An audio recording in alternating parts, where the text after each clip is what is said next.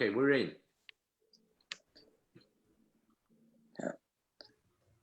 Hello, dear friends. Thank you for joining us today. We have very important special day for Armenians and also for all the international community. As you know, today is April 24, the day of Armenian Genocide commemoration. And today we have decided to dedicate our live show, our talk, to this topic and speak about important topics connected with this issue. So we have three speakers today. Arsen Kharartyan from Armenia, who is the head coordinator of Armenian Jagat, also co-founder of Alik Media in Georgia. We have our friend Umut Vedat from Turkey, who is now in Tallinn doing master degree. And we have Paul from Canada. And with the help of our friends, we are going to speak. Arsen, I think you can go. Good evening, everybody, or good morning for those for whom it is still it is morning. It is early morning. Thank you for this opportunity. I want to begin by saying that originally our plan was to have our colleague from the Armenian Genocide Institute from Yerevan to join the talk, the deputy director of the museum. However, it is a busy day for all of them, as all of you, or as many of you may know. So unfortunately, she couldn't join us, but hopefully in our future talks, she and other colleagues from the Institute will be with us. As David has mentioned, today is April 24th, when Armenians are commemorating the Armenian Genocide, the first genocide of the 20th century. I will not go currently into the very essence and the discussions and the stories about it. I think most everyone who heard about the Armenian Genocide is quite well educated. It's well researched. It's widely recognized. And so for me personally, it is not necessarily a discussion about the actual events and the genocide of 1915 to 1923 throughout the Ottoman, late Ottoman, which started in late Ottoman, late 19th century, and then went through in the early 20th century. But as an Armenian, I will speak about how this impacted us Armenians and what it shaped out of us throughout the years that followed.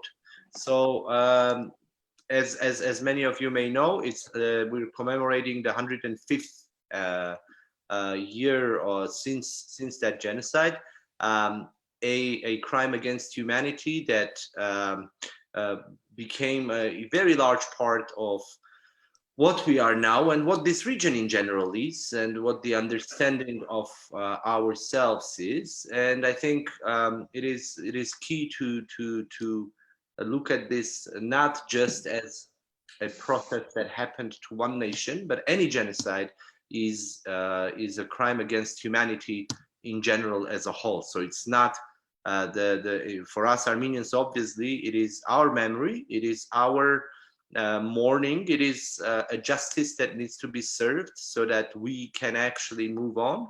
But generally saying, it is not just about one type. Any genocide is a crime against humanity entirely, and that's what we believe, and that's how we look at this.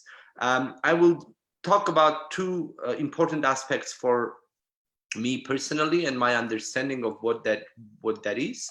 There is the Republic of Armenia, which is neighboring Turkey, a small part of what we used to believe Armenia is, and the historic Armenia. But we have the Republic of Armenia, which is a sovereign country, where the memory and the understanding of the Armenian genocide has been and is a key in shaping of what we are and how we look at the world.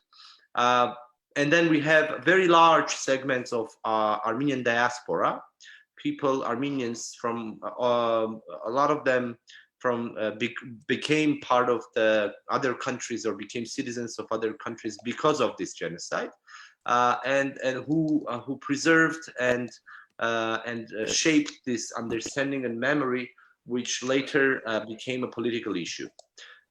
This process has begun mostly in the 1960s.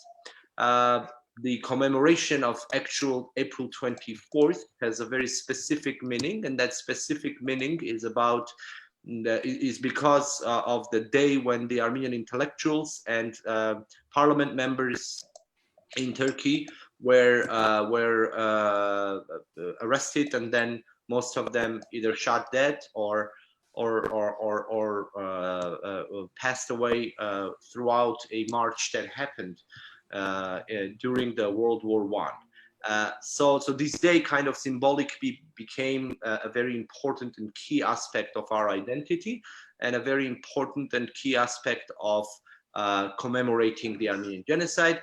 Throughout the world, you can see Armenians getting together and protesting in front of different embassies of Turkey, and demanding for the recognition of the Armenian Genocide. And this has been happening for decades now.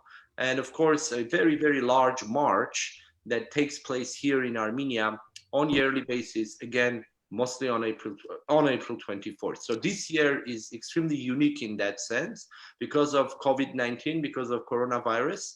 For the first time, the march with the commemoration is not happening because of the security concerns, but we found some other more maybe creative solutions in doing it with lights the night before and trying to do it online. And one of those events is this, and I want to thank everyone for joining this conversation.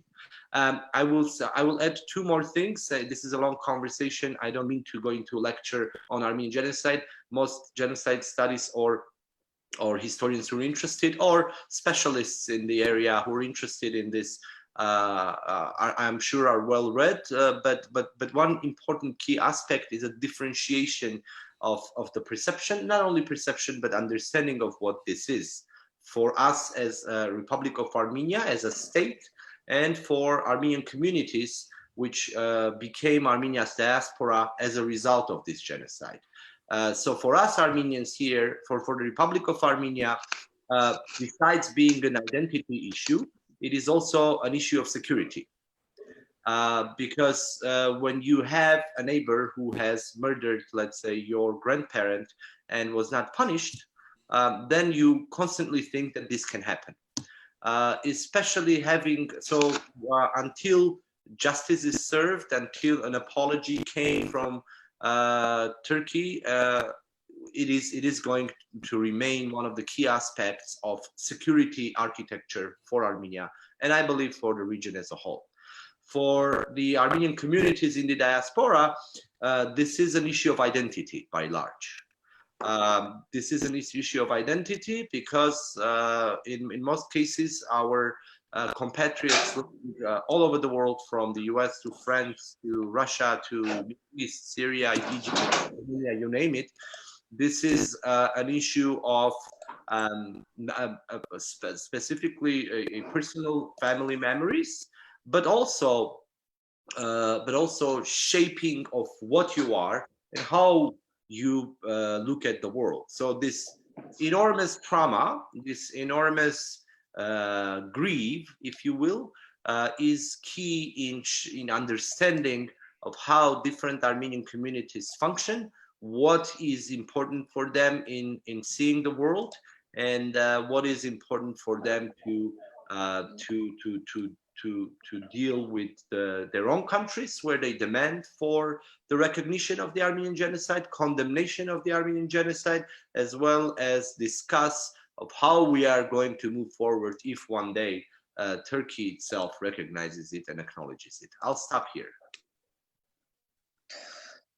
Thank you for good introduction, Arsen. I think later we can also speak about how we, besides the recognition, besides the struggle for the recognition, how we also face this challenge now, what we want to do, how we face that big problem for Armenian nation. Because until now there are some discourses in Armenia, even today on Facebook. So Umut, I think as a Turkish you can speak about it, how you feel, what opinion do you have, and maybe you can also speak a little bit about not only your opinion, but also the main agenda which Turkish or Turkish government or Turkish people have. I want to differentiate the political part and also the people's part, because I think there can be some difference in their opinions and approaches to this question. Firstly, just to clarify in one sentence how I think is Arsen already mentioned here. I think we are not here to talk about if it happened or not. I already came here by a person who is thinking that it was a genocide and it should be recognized and reconciliation process started by Turkey. I am on this side in my society, which I think by the numbers, with general voting numbers, I can say that like 10 to 20% of the whole society might agree on this point. What I'm talking, it should be reconciled. But 80% of the society, which consists of Kemalist Turks, which they had been denying since more than 150 years, and the whole republic is based on the denial process of these Turkifications, murders, and there are many other things happened. This is the fundamental basis of the whole republic, and then it is based on killing and oppression, which Armenian society were the first society had been killed, murdered, and deported. But it was not. It didn't stop there actually. After that, in 50s, again on Armenian society and Greek society, and then after it started as fighting with Kurdish society. And there are other minority societies that had been tried to oppressed or murdered in massacres by the Turkish Kemalist state. And the difference is in last 20 years, the Kemalist, unlike the whole century, in this last 20 years, Kemalists are not in power. Erdogan's supporters, which are using Turkified Islamic identity. And actually, those society were already one of the oppressed society in the Turkish Republic. So when they have the power, they started to use the same oppression methods that Kemalist state had been using. But nowadays, by Erdogan started to lose his power, he is now agreeing in many points with Kemalist state as well as the main main opposition right now in Turkey. So we can see that whatever it comes next, because this corona situation, actually, I believe that it might give us some opportunities later on to change something, which I believe that it might finally make people understand in Turkey that oppression and killing or ignoring, it doesn't solve anything. And for instance, when you based an understanding of a state as a occupying it and taking it over by the law, by creating law or by force, in many means it can be, and then you will never find a peace, which since now 80% of the society had been believing that by oppressing the minority or whoever are against is the solution. But right now, the biggest clashes is at one of the with Islamic side of Erdogan and the Kemalist side of two biggest powers are now they're fighting in deep deep state level or parliamentary level or in force to handle the forces. And I think this corona situation might give us some opportunities that finally people might understand. We have to deal with history because as long as each state cleans the history and then rewrite it again, it doesn't work. So after this, I think the first question will be asked is, okay, we must start from the beginning of the republic, which is based on Armenian genocide.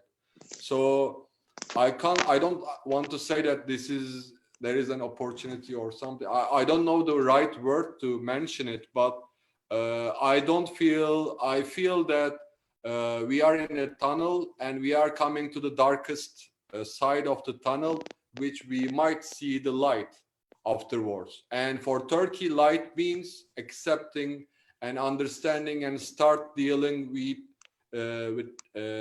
past. This is Turkish side's main problem. Before we start doing that, nothing can be solved in Turkey. I don't believe that. That's how I think, actually. Yeah.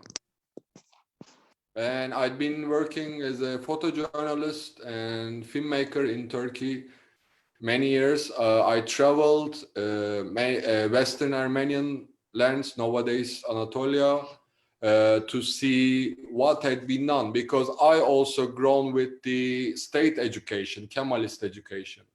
To be honest, when I was like 16, I had no idea about Armenian societies being in Anatolia. I thought that they were only in Istanbul. So I had some Armenian friends, but I never thought that there will be an Armenian society in Sivas or Van or in Tigranakent. So I wanted to see what had happened by my eyes as a visual person.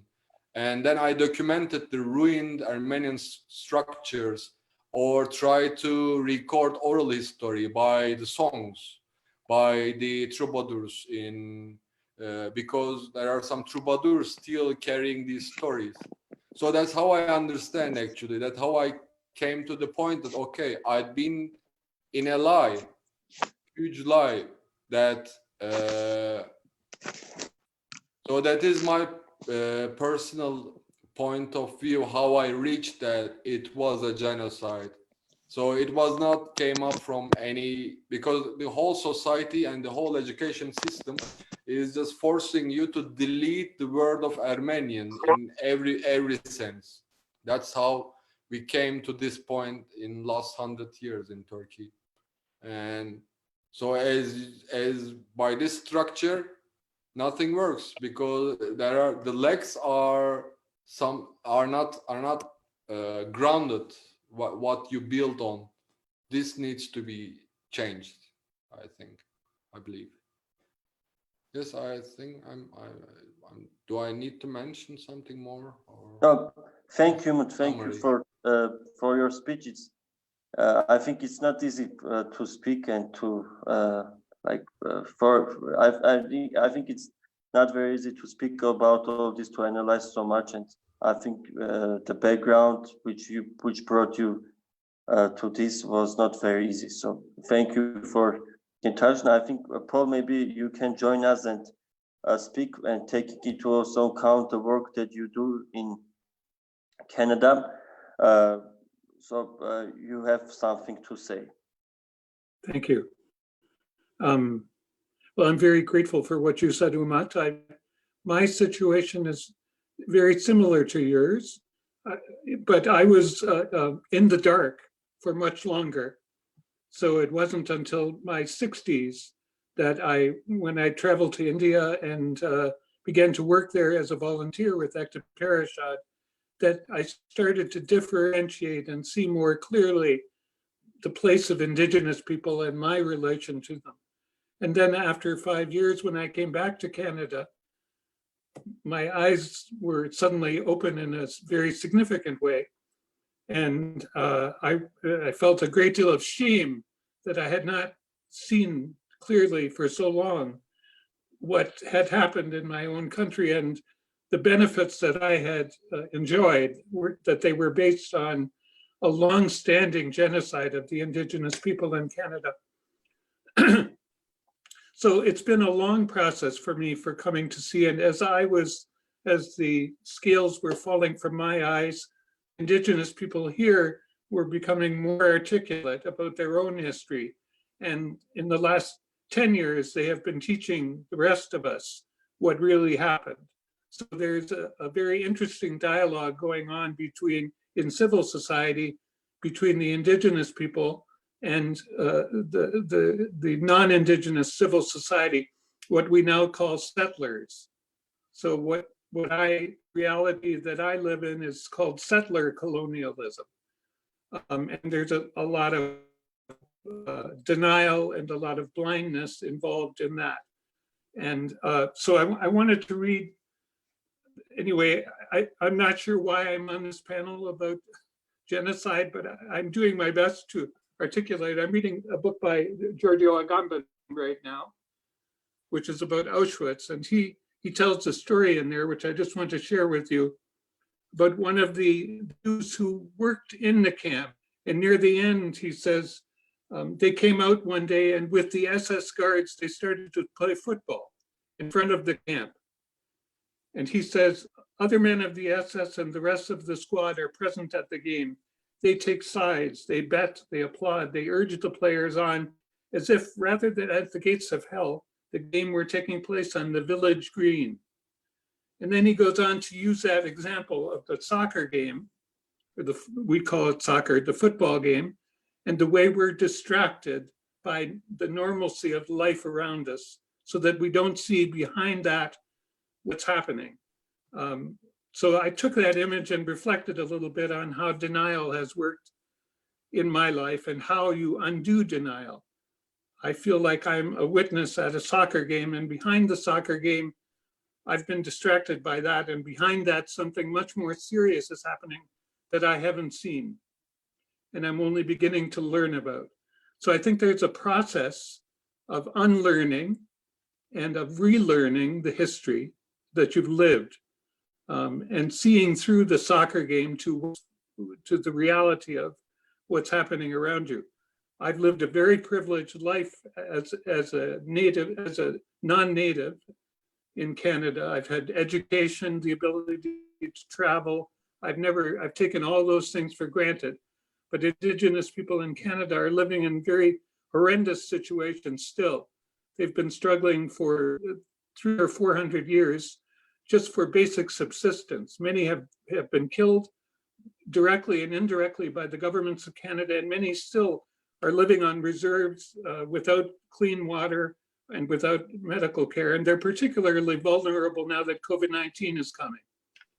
So there's a long history of genocide that has gone on for generations. The Canadian government then at a certain point took the Indigenous children from their families forcibly and put them in residential schools that were run by the various churches in Canada, and tried to teach them to be non-native, non-Indigenous, forced them to speak English, forced them to conform to Western habits, really stole their whole tradition and heritage away from them. So there was a generation and a half of Indigenous people who suffered through that process, which is really cultural genocide, and who, as a result of it, struggled with all kinds of other problems and continue to struggle and passed on an intergenerational trauma to their children. It's only the children and the grandchildren now who are beginning to face the reality of their own experience and talk directly to the white people of Canada, to the others who are responsible for what has happened to them. So in a way, that's where we are. The conversation has begun.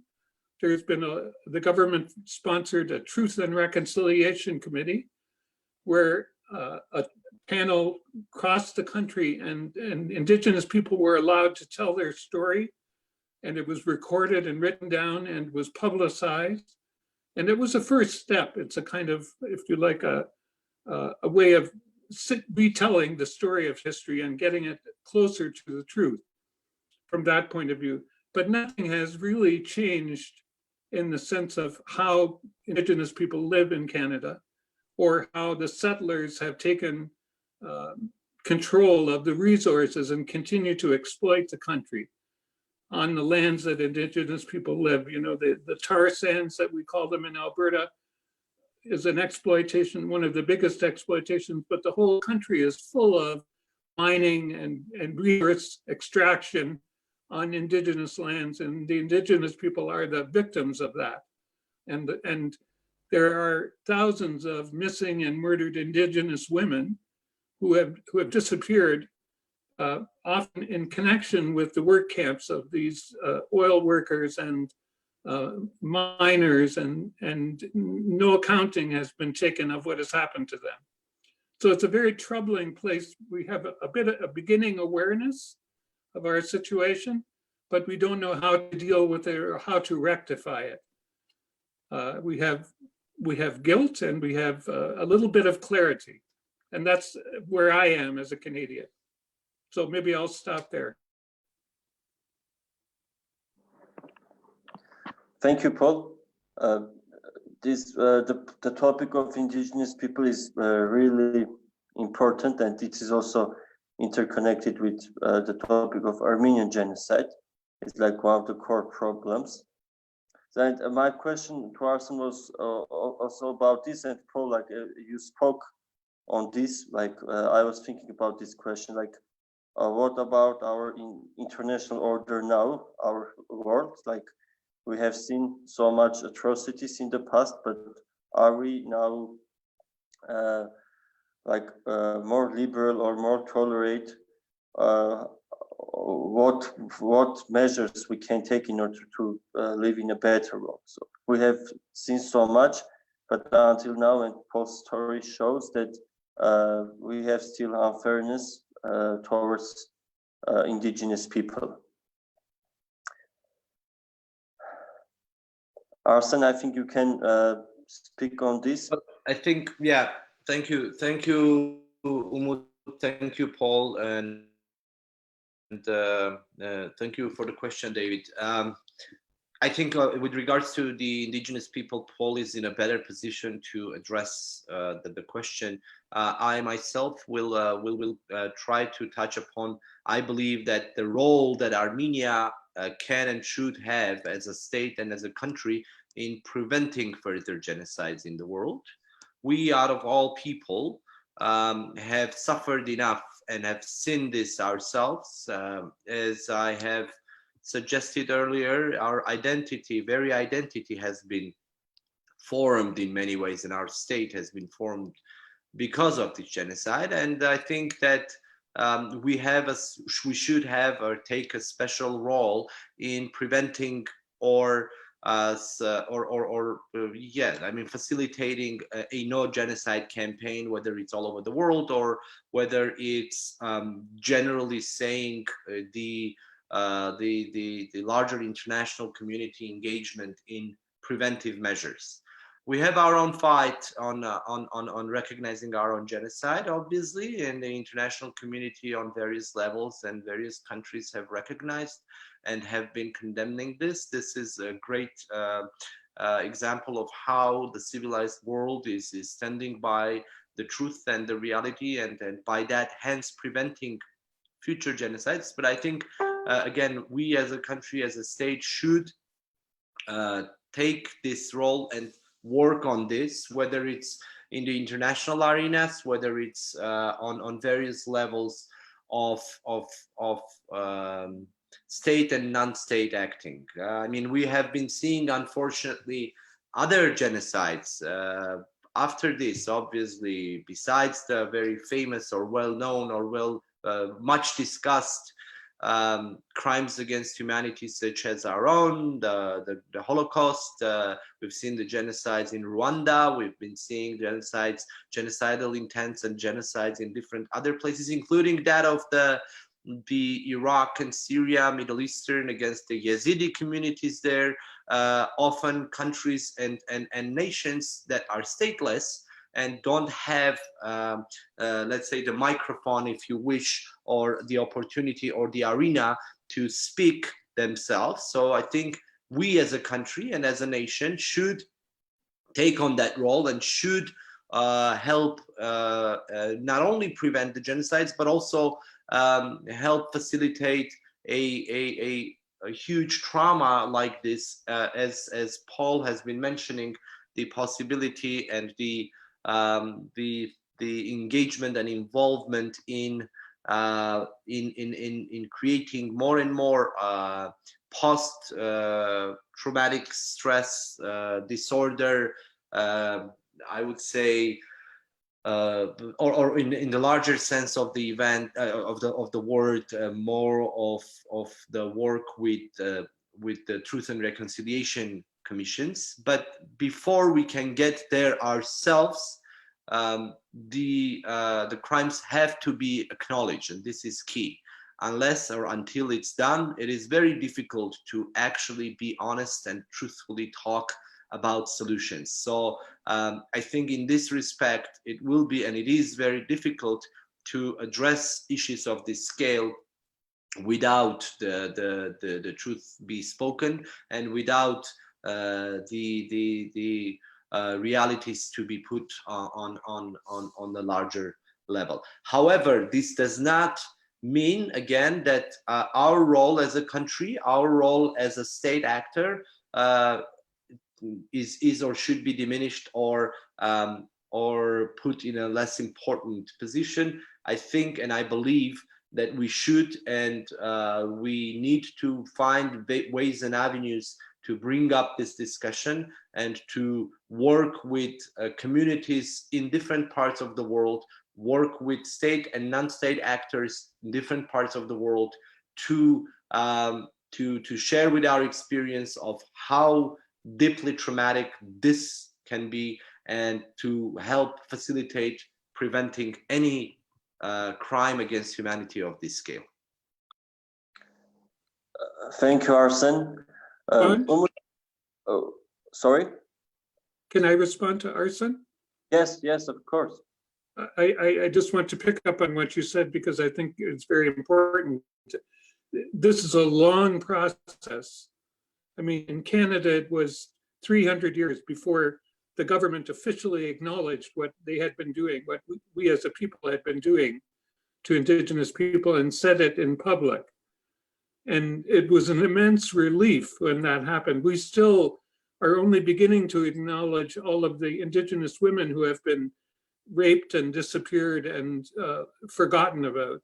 And that hasn't been called a genocide yet, but it clearly is. So having gone that far, I think, is the first step. But then after that, there are other steps that have to be taken. And Indigenous people are now saying it's not enough that you feel sorry. You have to relate to us as equals and not surround us with your nationalism or submerge us in your nationalism. And that we haven't figured out how to do yet. So I think that is another maybe post-political stage that I hope we will reach in my lifetime.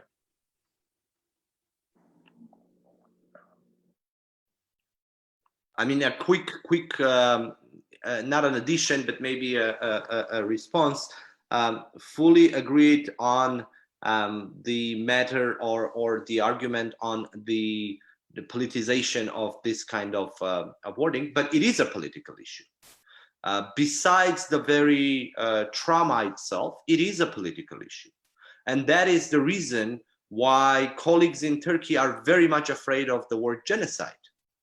They are ready to call it whatever you want. They will call it deportation. They will call it even mass killings. But the word genocide is a very clear and specific international legally binding word. And that is not something that anyone in Armenia or within the Armenian communities are ready to compromise with, because it was a genocide. The reason the very word genocide was created is because of what happened to the Armenians. Hence, to talk about the depolitization of the issue in order to solve problems, this is a trap that we have been put in for many, many years, and this is something that we're not going to be ready to compromise on. Just as an addition. Paul, do you have something to add?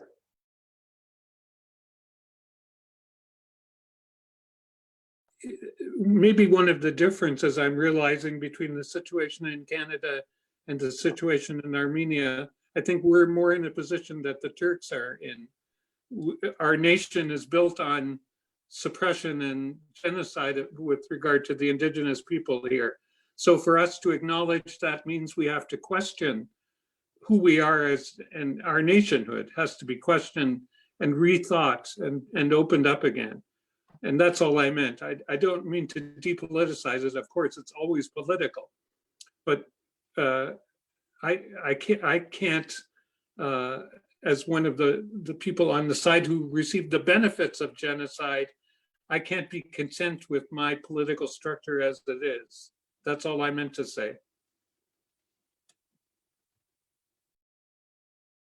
Umut, maybe you have something to add to this conversation? I think, yes, they are both genocide. We are talking about what indigenous people in Americas, for instance, there are many millions of people had lost their indigenous language in Americas.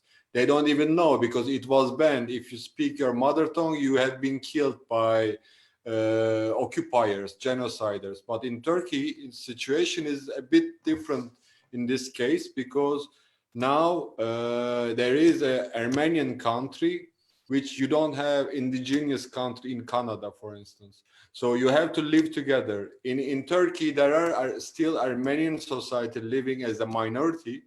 The survivors are still, there are people, but millions of people killed and deported. And there is a legally binder community, Armenia, nowadays established and working good in many ways in human rights level, better than in Turkey. They are waving with. So the discussion is between two different nations level, but in and Turks doesn't have the power here. But in your situation in Canada, you have the power to decide the history and to write the history. In our case, whatever Turkey decides to write in the history, as long as the world approves it, doesn't approve it, it doesn't make the real history. But in your case, whatever Canadians wrote about 3 centuries ago or 1 century ago, that is the history right now. So this is the main difference. So for instance, an indigenous person in Canada might be priorly asking for water supply or healthcare system. But in this case, it's not the matter of discussion. So if a person needs food and to have a basic fundamental rights, and then they might compromise even about reconciliation or the word itself. But here we are talking about 2 different countries in political level, also non-political level, like we are doing right now, or an artist or many levels. So the main difference is this, I guess. There is there is no unequal situation actually in political level. Everybody are okay to say their words, but Turks doesn't have the power of writing the history here. That is the main difference, I believe. So that's why just the word itself, yes, as Arsen mentioned, it is very political, and like even the people who says doesn't deny that more than millions of Armenians were killed in Turkey, but they would not call it as a genocide. They would say it was a part of First World War. I also believe that this part shouldn't be a compromise issue for Armenians. I don't think that Armenians should compromise on this, and the discussions should start based on this actually. It was a genocide, and no longer we need to talk about it. So okay, what we are doing right now, right after this. So it should start over that base, I think. So, Umut, when we speak about the recognition, we emphasize that it's very important for prevention, like future genocides or atrocities like this. how do you think, what incentives like can change situation in Turkey, or which part hinders it? What do, like, for example, Canada is compared to like Turkey's more democratic country, but still they have some problems. Do you think that the change in the government, like from authoritarian rule to more democratic rule, can bring a change, or maybe it will bring more nationalism, like more populism, and this topic can be used for populism? As we know, sometimes these new governments use such topics in order to keep their legitimacy, and by taking into account that 80% of the people, as you have mentioned, are have the opinion that there was no genocide. Maybe it will be difficult. So what do you think about what changes in Turkey can change the approach of the government? Firstly, I believe that this COVID situation, post-COVID situation, will give us some big change naturally in governmental level, in healthcare level, food sovereignty level, and these will automatically affect the understanding of human rights spaces in society. And this is one thing. And on the other, right now, that this 80% of the society is fighting with each other. For the first time, they are not fighting against the minority. They are fighting with each other for the first time in last 1 century. And and finally, as I mentioned, tunnel, like we are like in the going to the darkest side of the tunnel, dark tunnel, and then there will be light right after it. And now I think people, this 80% of the society, will finally understand that, okay, if we let the ground each of the person however they want to be, then even the economy goes better, even we are living with, because nobody is happy with civil war or a possibility of civil war. Nobody is happy about this. No matter what, Turkish nationalism is just ask for fights in Syria, Libya, or whatever. But actually, nobody wants any war in the country or not anywhere. So these are just political matters that Erdogan is using. But I believe that after this, people will start to understand that if everybody has the same equal rights and everybody has a different color, different being, different persona, and they can decide.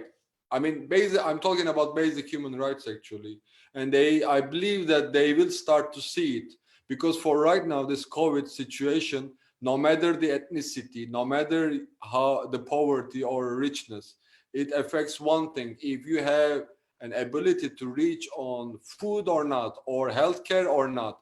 So these are all connected actually. This is the food sovereignty or healthcare. This is the fundamental of human rights, and we are talking about human rights.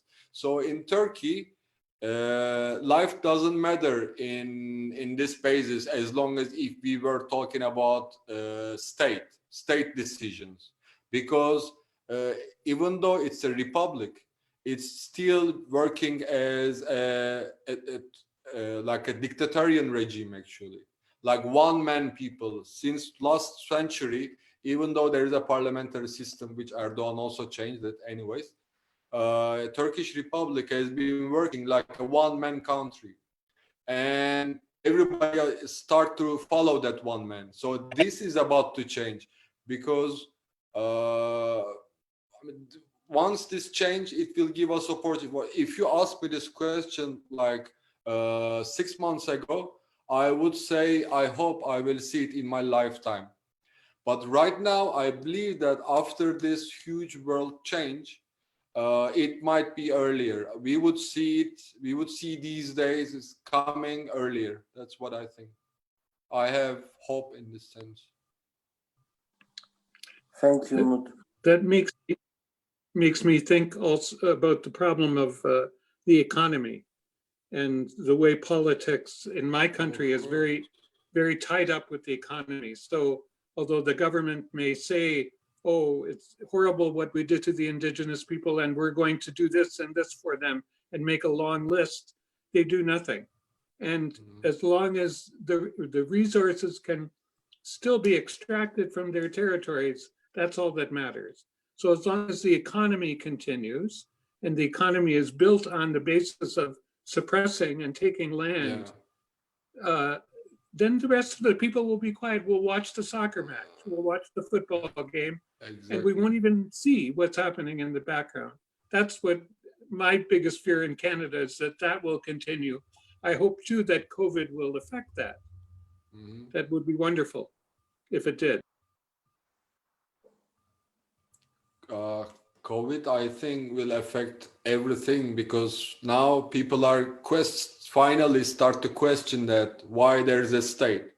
Is the state's responsibility to companies or us? So that is finally being questioned. So when you start questioning this, okay, what are our state's decisions? Or I don't want to just generalize the thing. So let's say I'm talking over Turkey. So once people start to finally question the state instead of one man or two person, and then it will come automatically, naturally, I think, because once the people realize that if we had not been fighting with Kurds in Turkey since last 20 years, how much we could improve our healthcare, for instance. And right now, instead of let's say 100,000 people, we might just say more people. So this is like a chain. So I think we will be seeing the resolution of this, how we will rebuild this chain and how it's going to be reshaped. Everything will be reshaped, I think, in post-corona world. So nothing will be normal. Arsen, what do you think about COVID-19? Like, there are a lot of talks about that important changes will be done in international order. Some important terrorists spoke about it, but also some people think that nothing will change. I mean, I think that it is there will be any change. And I just wanted to ask what effect it can have on Armenian question, or will it have or not? Well, I believe that the world order is changing already in so many different ways. It's not very visible, but it is changing. It is definitely, we're going to see how many policies or approaches are going to transform because of what we have witnessed. I am not very optimistic in seeing very quick changes, but I can definitely say that many things are being or going to be reconsidered. The way policies are being conducted, the way many countries are handling their own social affairs, especially those of the social policies. I do hope deeply, I mean, healthcare policies throughout the world and locally will be reconsidered and definitely be looked through after this general crisis is over, if it's sooner than later, hopefully. Of course, the economic decline is being spoken about, and I am a little bit concerned about how, as a chain reaction, it can impact different communities, especially those in deprived areas, those where there is abject poverty. And I think that there is a big, quite a large consideration among the more developed, I don't like the word developed countries, but it is what it is, developed countries, to take the social or collective responsibility in addressing the most deprived. But at the same time, my other concern is at this time how different corporate interests, how different players, state and non-state actors, are taking advantage of this situation. This is also remains to be seen. I believe that the entirety of this crisis is not very well realized yet, and I think that we need to be getting ready for some very extraordinary and unusual ramifications and developments after this. We have 10 minutes left, dear speakers. I think we can have our conclusive remarks. And maybe we can, it's a good time to come up with like suggestions what can be done by us in the future. Like initiative Sai Jagat is an initiative to face, to speak about these topics, and we really think that the march which has been conducted, unfortunately, it was stopped due to COVID-19, but a lot of important facts, a lot of voice has been voiced up, and such initiatives like to address these issues. And as for me personally, it was I was not like very acquainted with the story of indigenous people in Canada, and when I heard this from Paul, for me like a lot changed. So maybe we can come up with conclusive remarks and opinions about the future. Paul, maybe we can start from you. Let's come from the far west. Yes. Well, I'm very appreciative to learn about Armenia. It's something I've been trying to educate myself about, and so I'm happy to have been part of this. It does help to have a different perspective and to look at your own country then, I think. I also experienced that when I went to India. It opened my eyes about what I had been looking at all my life in my own country of Canada. And I'm still kind of reeling from what I saw when I opened my eyes.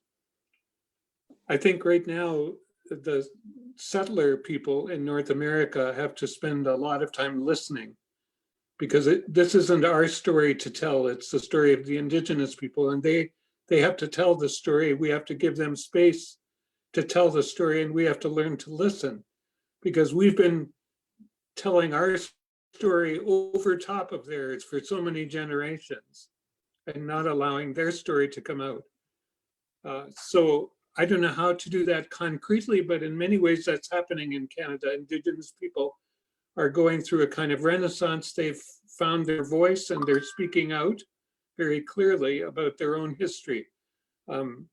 It's also fascinating to me because I worked in the church most of my life as a theologian, and how the churches in North America have almost disappeared. I mean, they've and the only people who have a spiritual weight are the indigenous people. So we're all turning to them to listen and learn how we could act as spiritual beings. And so they're taking on a role of teaching, which is really amazing in the last few years, really. So I think a lot of listening, a lot of learning, and paying attention is for me the most practical thing. Thank you, Paul.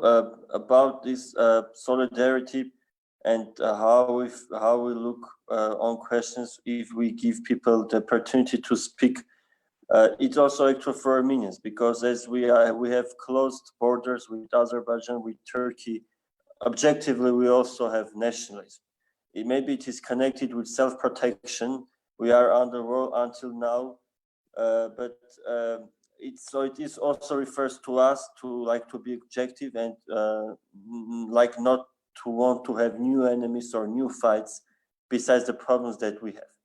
And having in mind also the genocide, it's always, I think, is a big challenge for Armenians to try to stay like human, and not to like have new such stories like as a revenge. Like we have some stories with connected with the revenge. It's another very big topic to speak about.